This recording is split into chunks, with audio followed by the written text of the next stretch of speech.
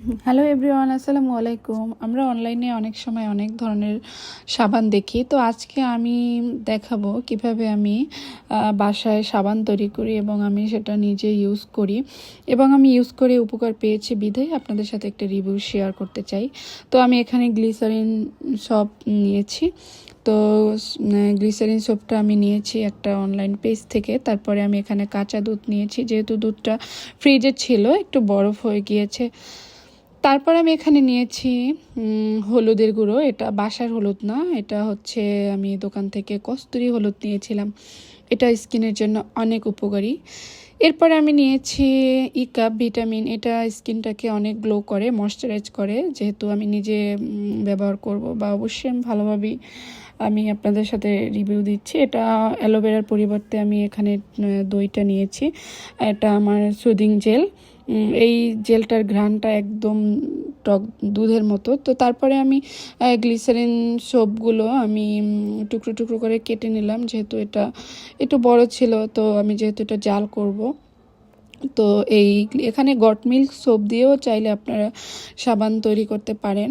Glycerine সোপটা একটু বেশি ভালো।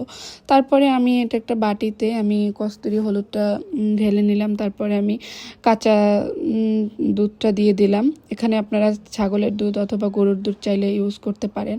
তারপরে আমি এই ক্যাপসুলটা থেকে আমি তৈল বের করে আমি অনেকখানি তৈলটা ছিটে যাচ্ছে।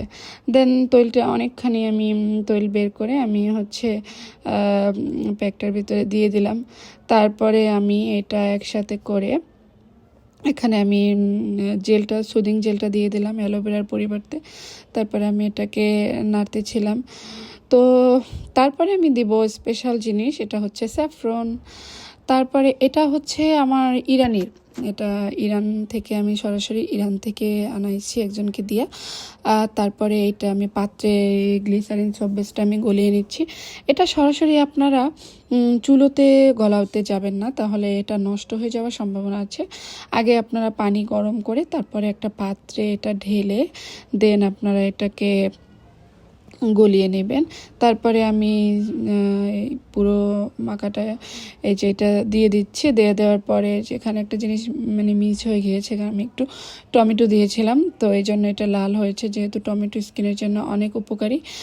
তারপরে আমি উপরে স্যাফরন দিয়েছি। দেওয়ার পরে এটা দিলে হয় কি, এটা স্কিনটা অনেক গ্লো করে, যেহেতু আমি ব্যবহার করি। তারপরে আমি এখানে একটা পাত্রে এটা সুন্দর একটা বক্সে করে